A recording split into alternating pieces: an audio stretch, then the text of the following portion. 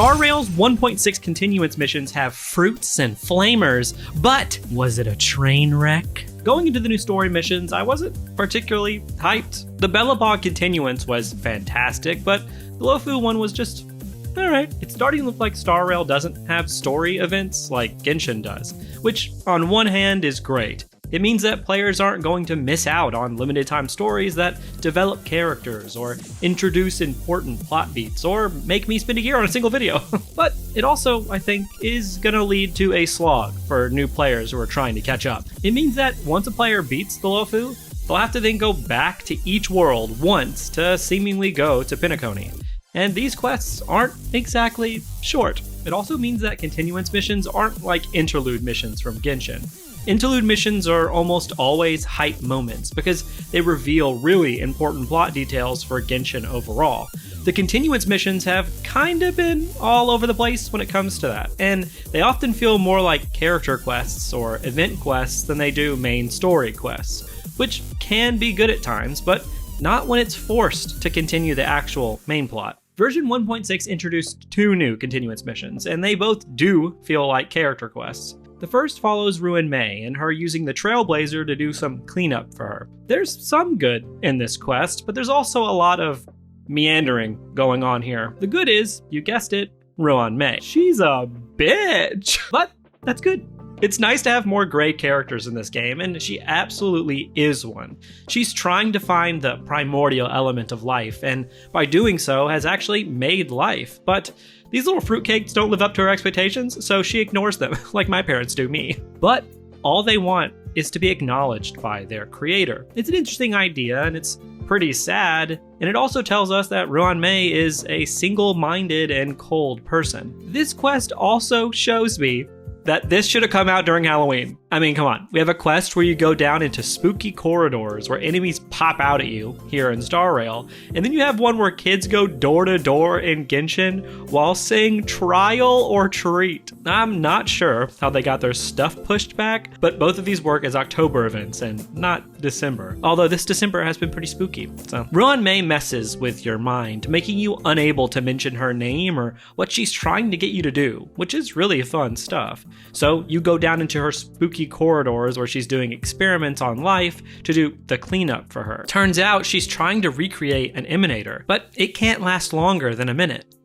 Like you in bed. The best part of this quest was pretty much whenever Ruan Mei was involved. We have someone who's single-minded and cold, but some of the recordings indicate that there has been people that she's cared about and maybe loved, and perhaps she's going through with all of these experiments because of that. And I really enjoy that aspect. However, there's a lot going on here that's clearly just meant to set up the event portion of this patch with the little baby worshippers, and that stuff really drags. Having to go find them and then run around in the beginning really ruins the pacing of this quest. The first 30% of this quest should have just been cut, and we should have just encountered the little cake demons whenever we first entered the spooky corridors.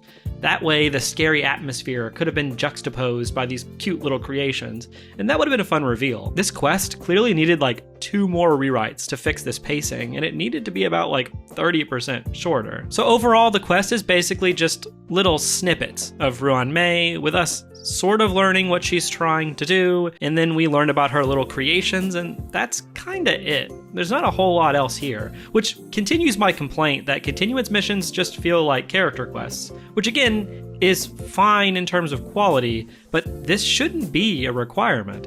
Maybe some of this stuff will become important for the main story, and maybe what they're trying to do is put character quests that will be important to the main story just in the main story, which can work. But I don't know, this just feels kinda out of place to me, it shouldn't be here. So how would I rank this quest? Well, this quest is so heavily tied into the next one that I think I'm just gonna rank both of those together. So let's talk about the next quest. The second quest that we got is one dedicated to Dr. Ratio, and boy, this one was a lot better than the first. In this quest, we attempt to solve the mystery of missing researchers, which leads us down a path of fiery gangs and betrayals. The quest starts with a sort of hangover sequence premise, with the Trailblazer being in a confession room after losing memories, with a Herda puppet being attacked and now you're a suspect. So you have this interesting sequence where you attempt to remember what you've forgotten by piecing together different memories. This beginning definitely has intrigue, but in practice, There's not really a lot going on here gameplay-wise. You don't have to really pay attention to the details here or really solve anything on your own. You're on rails here, which I think docks this segment a little bit, but it's still a way more interesting way of telling the story than if you had just experienced these events linearly. And I really like that. It's creative, and it pushes forward a theme of this quest, which is, well, things aren't always what they seem to be. Also, why do you lose your memory? Can someone tell me in the comments? Did I just, forget this? I think, did you get attacked? I'm confused as to why you forgot what happened. But anyway, Dr. Ratio is introduced here after seeing him for a brief second in the last quest. He's a snooty academic type who's pressing you on your memories. He immediately doesn't believe a word that you're saying, so you have this other interesting segment where you debate him to get him to believe you. This was an element in Arm Alley, which I thought was interesting, but it was ultimately pretty boring there. Here though, it really does add an element to the dialogue that makes it more interactive than they could have made it, and I enjoy that as well. Again, this quest seemingly tries its hardest to make the events exciting here, when the events in question are really just walking around and talking to people, which again, I really respect. So, it turns out the missing memories are that the Trailblazer was tasked with finding a missing curio called a phase flame, an energy-based being that can basically teleport people, and it's been used to make several researchers disappear. When we piece together these memories and convince the Doctor of their accuracy, the station gets a message from a gang leader named Duke Inferno, who claims ownership of the attacks that have been happening on the space station. All of this up to this point has been pretty great.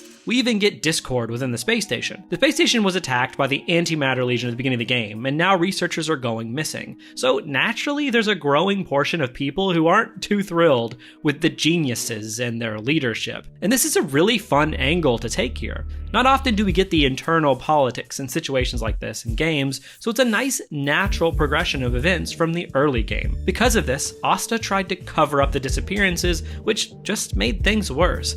And with this message from Duke Inferno, the space station is now a powder keg, waiting to explode. Or so you think. Instead of continuing to focus on the distrust in the space station, it's kinda thrown away and used for a character moment later for Dr. Ratio. It turns out, Dr. Ratio had the phase flame all along, and was using it to save the researchers, but also to continue to sow that distrust in the geniuses. Dr. Ratio hates ignorance, but he also acknowledges the sacred nature of life. He legitimately cares about people, but sees the space station's worship of the geniuses as a form of ignorance, and he's not wrong. He was there to see how Ruan Mei was attempting to recreate an emanator, which would have definitely killed everyone on the space station if it succeeded. And the space station has weird cult-like organizations that worship different geniuses, like Herda, even though Herda pays them no mind. It's like the creations of Ruan Mei, longing for acknowledgement, but they will never receive it. This moment with Dr. Ratio at the end made him one of my favorite characters because it puts him at odds with everyone in the space station,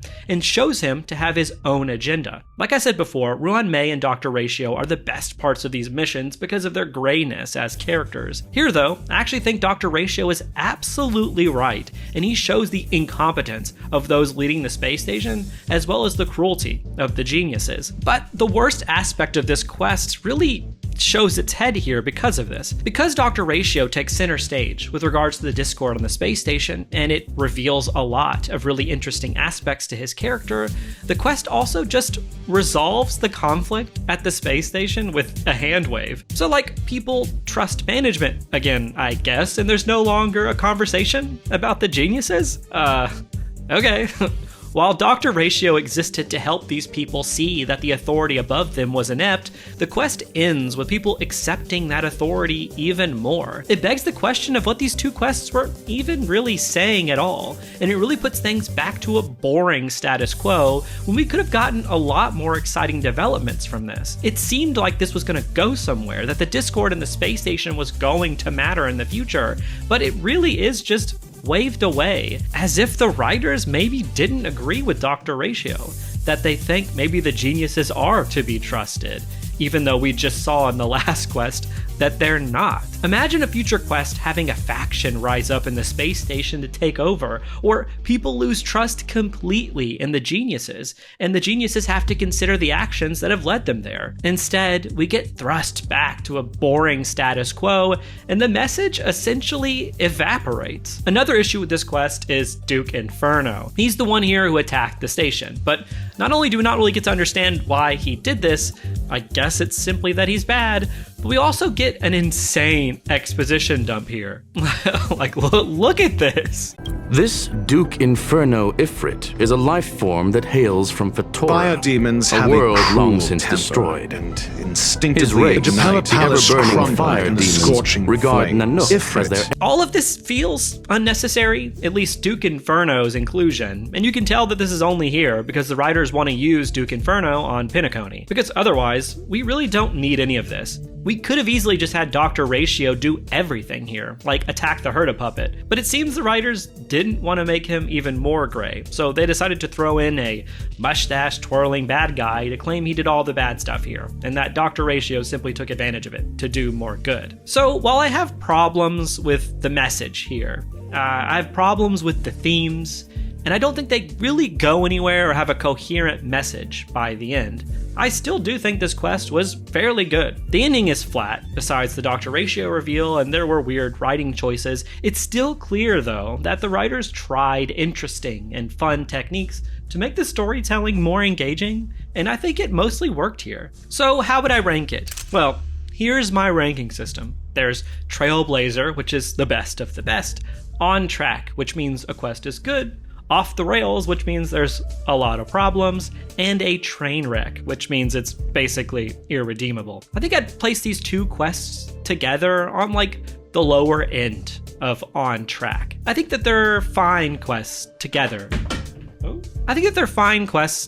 As companion pieces, and I think that they say a lot about the geniuses and the ulterior motives of certain characters like Dr. Ratio, but I think what they say overall about the space station is pretty bland. Yeah, people still support Herda and Asta and the authorities there, and they're not going to change their mind on it, even though they now have a ridiculous amount of reason to do so, and being toyed with that we were going to get an interesting story due to that is kind of annoying. But the interesting writing decisions that were taken during the second quest particularly really place this quest above a lot of others that I've experienced in the game.